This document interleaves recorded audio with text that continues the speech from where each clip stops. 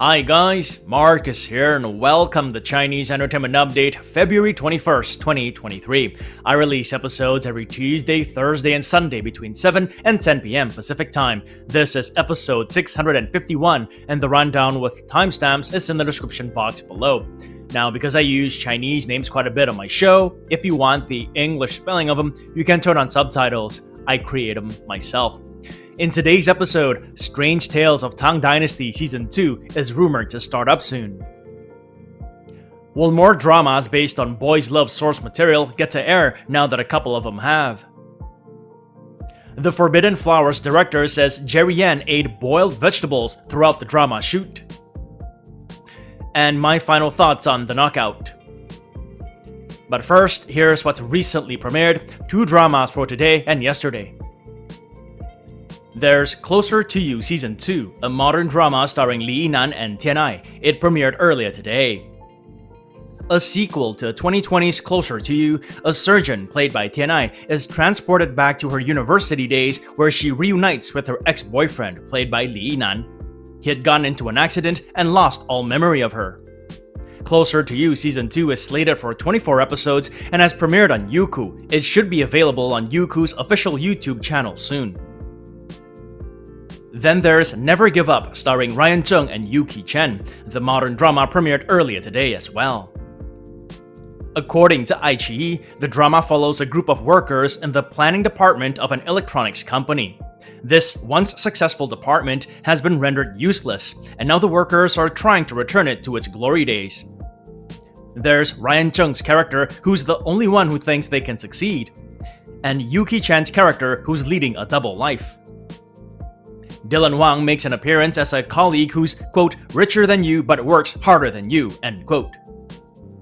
Never Give Up is slated for 40 episodes and is available on iq.com with English subs. That's it for recently premiered dramas. Moving on, dramas that recently announced their premiere dates. I have just one to update on. Warm on a Cold Night is an upcoming costume drama starring Li Yitong and Bi Wenjun. Yesterday they announced the February 25th premiere. Li Yitong is just coming off a supporting role on The Knockout. I thought she did a fabulous job in that. Probably one of the best performances I've seen her give. Bi Wenjun last starred in 2022's The Silence of the Monster. As iQIYI explains, Warm on a Cold Night follows Li Yitong's character, a cold-fearing constable from Tian County, and Bi Wenjun's character, a warm young master from the Qi clan. The two meet because of a strange murder case which involves the relationship between their two clans who are rivals. Warm on a Cold Night is slated for 36 episodes and will stream on iQIYI. Next up for drama updates, a Strange Tales of Tang Dynasty sequel is strongly rumored to begin filming. Strange Tales of Tang Dynasty is a costume drama that ran in September last year. It starred Yang Xuwen and Yang Zhegang and was very well received. This is a screenshot that was making the rounds on Weibo yesterday. It indicates that Yang Xuwen and Yang Zhegang will reprise their roles for a sequel. Reportedly, filming will commence next month at Hengdian Studios and Gansu Province and will go for 160 days. In Strange Tales of Tang Dynasty Part 1, Yang Xuwen played a general of the Jingwu Guards. Together with Yang Zhegang's character, a disciple of Di Renjie, they investigate cases of missing brides in Chang'an. No word on the possible sequel synopsis yet, but expect there to be more investigations of mysterious cases. Next up, are more dramas based on boys' love source material coming soon? Some netizens seem to think so. The speculation is that restrictions are loosening up, and some dramas that have been shelved for a long time may actually get to see the day of light. Dramas like Immortality with Liu Luo and Arthur Chen, Winner is King with Tan Jianchi and Chen Zheyuan, and Chasing the Light with Fan Chengcheng and Wang Anyu have all wrapped for a while now and haven't been able to premiere. It wasn't that long ago when government campaigns were launched to boycott, among other things, boys' love adaptations, so those dramas have laid low. However, the unexpected premiere of A League of Noblemen 3 weeks ago suggests that there might be a change in tone from the regulators. Another boys' love adaptation, Justice in the Dark, premiered a few days ago to further attest to that notion. Granted, from what I have read, both aforementioned dramas removed any boys' love elements they might have had. This is markedly different from previous boys' love adaptations, big hits like Word of Honor and The Untamed, where still there were some things left up to interpretation, like elongated gazes, accidental grazes, etc. So make of that what you will, the sudden premiere of 2 BL adaptations after a drought. I know many of you are waiting for immortality, so maybe there's hope yet. It may be a butchered version with odd edits here and there, but there's hope yet.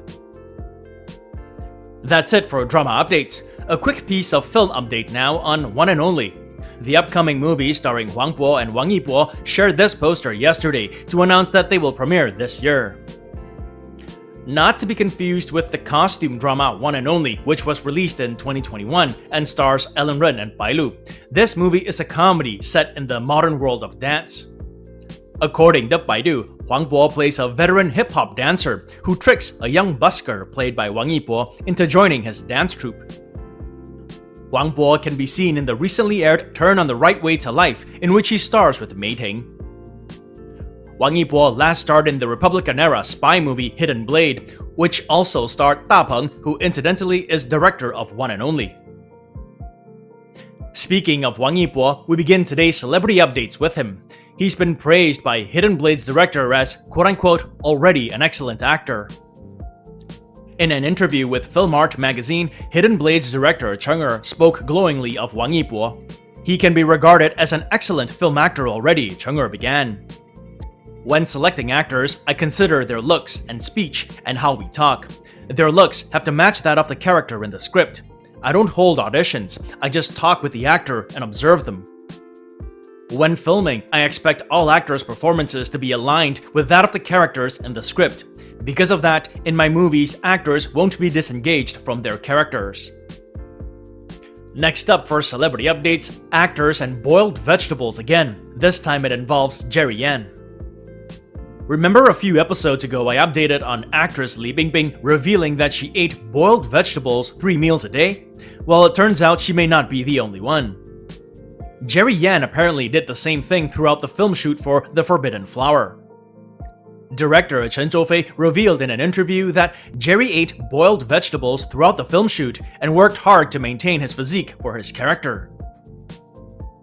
My question is, doesn't he need protein to maintain his physique? I mean, if he's working out and everything? There must be some tofu or nuts or something like that in there.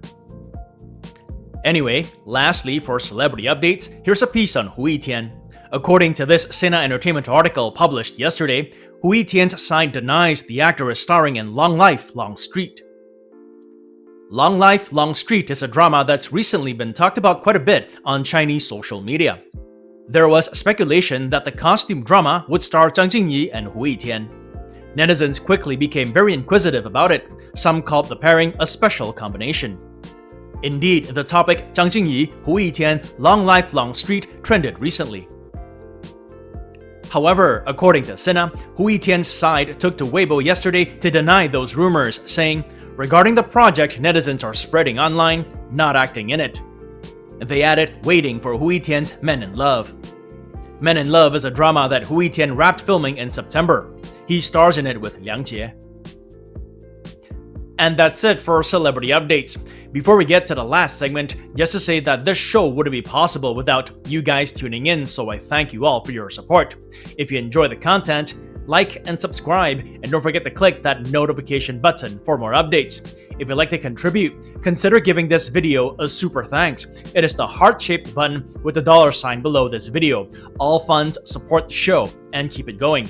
Or you can check out my Patreon page, where for $1 more a month, you'll have access to perks like recaps, requests, and have your questions answered. Alright, on that note, it's Tuesday today, so time for another segment of Where's Marcus At?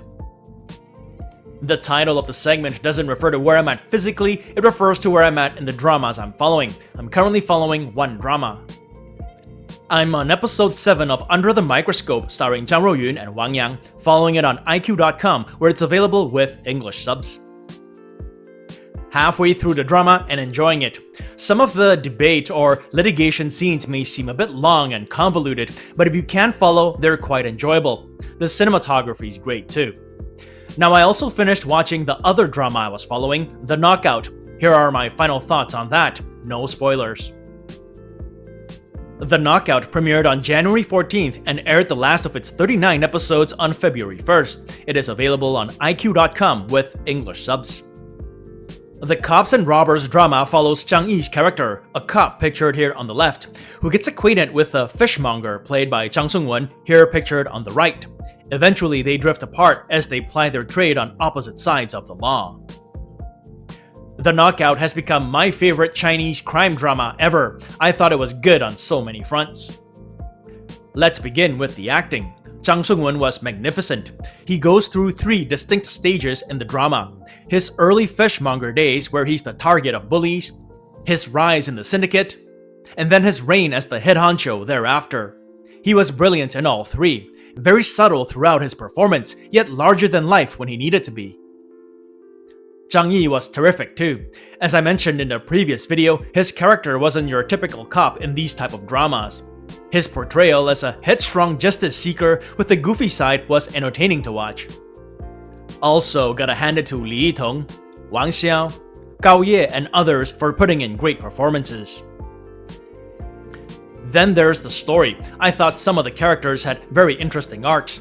One of the things I liked about The Knockout, and what made it stand out from other dramas of the same genre, was that instead of just focusing on the crimes these syndicate bosses committed, they also explored why they chose this path in life.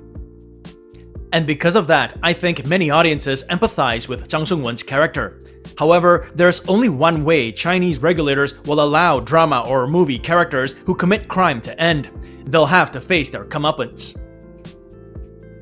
And I guess you could say that's one of the things I didn't like about this drama, or any Chinese crime drama for that matter, is that no matter how unexpected the twists and turns are, and there were quite a few good ones in The Knockout, ultimately you know how it's gonna end for many of these characters.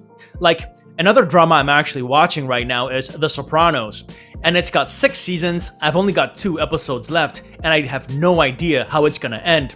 And I think that's part of the fun of watching dramas or movies, is not knowing how it's going to end for many of its characters and hoping to be surprised.